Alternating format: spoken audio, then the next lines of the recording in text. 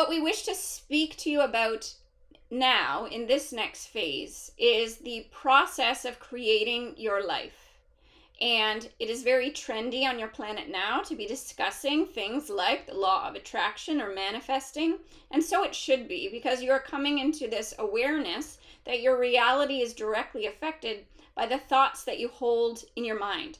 However, there is a misperception with this. There is a misperception that is often spread that you can create anything from the moment that you find yourself in that anything can be created. And we wish to challenge that just a little bit, because from our perspective, there are limitations, and we want to describe those limitations. The limitations actually do serve you. The limitations that we speak of are the limitations of your unique soul or divine blueprint. So before you incarnated into this physical reality, you created this blueprint for this lifetime. Now, we liken your blueprint to the idea of going on a trip. Usually when you go on a trip, when you plan a vacation or you plan to go somewhere, you plan where you're going, and you plan who you're going with, and you plan some of the things that you're going to do there. And you usually plan when you're going to come back. You don't usually plan, unless you are more of a rigid personality, and those exist, but you don't usually plan every single aspect. You leave some room for exploration. And that is very similar and a good description of the divine blueprint that you all carry. So you plan certain things.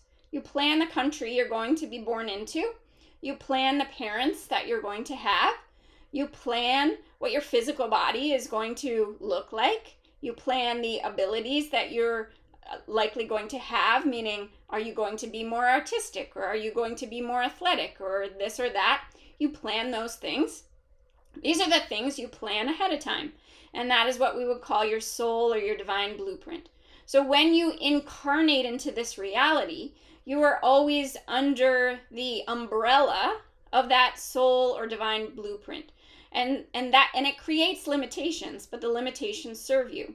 So when we say that where you are standing, you can't just create anything, you can create anything within the boundaries of your soul blueprint or your divine blueprint, if that makes sense. But you can't just go out and create just anything if it's outside of the boundary of your soul blueprint. So for example, if Karen decided today that she wanted to manifest or become an NFL quarterback or football player, that would be highly unlikely. Why is that? Because Karen did not plan to have the sort of physical body that would be required in order to create that experience. She set into motion a different momentum for herself for this physical life experience. So understand, when it comes to creating your reality, that you will be much happier or much more fulfilled if you make an effort to tune in to what your unique soul divine blueprint is, and then create your reality based on those findings or based on those intuitive feelings that you receive. It's another way of going with the flow. So when you find yourself completely lost, as some people do, meaning they are not 100% happy with their life experience and they want to create something different for themselves, then a good first step would be to start to familiarize yourself with the energy of your soul and with your intuition, so that you can gain a remembrance of your soul blueprint and start to create your life in harmony with what has already been set in motion. There's a momentum to that. There's also great passion, joy, enthusiasm, love, all of those high frequency experiences start to manifest themselves into your experience when you're in alignment with your soul blueprint. When you're out of alignment with your soul blueprint, you will experience that as a feeling of kind of a a feeling of something missing. So the idea is to tune back in to what you intended before you got here so that you can realign yourself with that intention. Now, this doesn't mean that all these aspects of your soul blueprint are necessarily fixed. Doesn't mean that everything is set in stone. It means that you have already set an intention into motion for this particular life experience, and we want to encourage you to flow with that. Now, when you return through the death experience back to your non-physical reality, yes, from that place, you are what we would call unlimited. From that place, you can decide out of the full spectrum of experiences what you want to create, and you can go from there and start all over again. But as you find yourself in this physical body, understand that there are limitations, and those limitations serve you. If you went to the store to buy a bottle of shampoo or something at a store, and you found yourself in an aisle that was infinite, meaning it stretched out in both sides in an infinite direction with billions and beyond billions of options, that would be overwhelming. You wouldn't really want that many options. So these limitations of your soul blueprint serve you. And as much as you can stay contained within the boundaries of them, that process of tuning into that and of aligning with that and of flowing with that will serve you greatly. The other aspect of the soul blueprint that we wish to address is that some of you, when you were setting these plans in motion, agreed to certain tasks or agreed to certain roles or agreed to a certain purpose in your life, but understand that that doesn't necessarily happen in your timing. Meaning, in your culture, you expect people to have things figured out at a very young age. For example, you expect 18-year-olds, 19-year-olds, you expect them to know exactly what they want to do for the rest of their life experience. And that's a lot of pressure.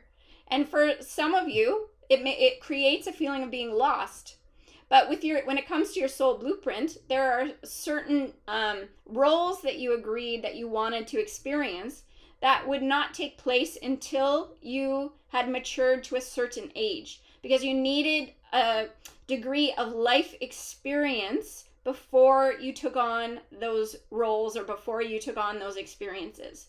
So if you are at an age where you feel lost, like you haven't found what what that thing is that really lights you up, know that it's okay to be in that place of not knowing. And the more you love yourself and create compassion for yourself in that space of not knowing, the more your intuition can speak to you and let you know what the right step is for you in this moment. And it may have something to do with these tasks that you have agreed to. Tasks isn't the exact right word, but these experiences that you wanted to have that are contained within your blueprint. You may be led to that in the moment, but you may also need a little bit more life experience before you take those roles on, so to speak. So basically, to sum it up, what we're saying to you and what we really want you to know at the core of your being is that nothing has gone wrong in your life.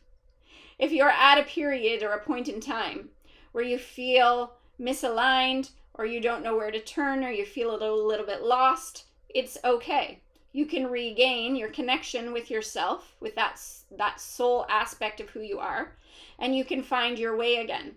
It is very much like a GPS, where the GPS doesn't care if you're lost. The GPS is not shaming you. However, you tend to shame yourselves because you haven't got it figured out yet. That's a cultural belief that we would love to be eradicated, because there's nothing wrong with you if you haven't got it figured out. There's also nothing wrong with you if you haven't, quote unquote, achieved certain things. There is a large emphasis in your culture on achievement. And achievement is not the point of life. The point of life, the purpose of life, is experience, expression, and evolution. So if you can keep your focus on those things rather than your cultural belief in achievement, you will actually achieve much more than you ever thought possible. But when you're in the mentality of achievement, in the sense that in the way that your culture sees it, that creates a lot of limitation, because you're coming at the creation of your life experience through many misperceptions. The number one misperception being that if I don't achieve something big, that I'm an unworthy being. That is never true. There is no such thing as a being that is inadequate or unworthy or lacking or not good enough. That doesn't exist in the realm of divine creation. So understand that those programs that you carry are misperceptions, are cultural beliefs that have been conditioned into you, but they are not the truth of your being.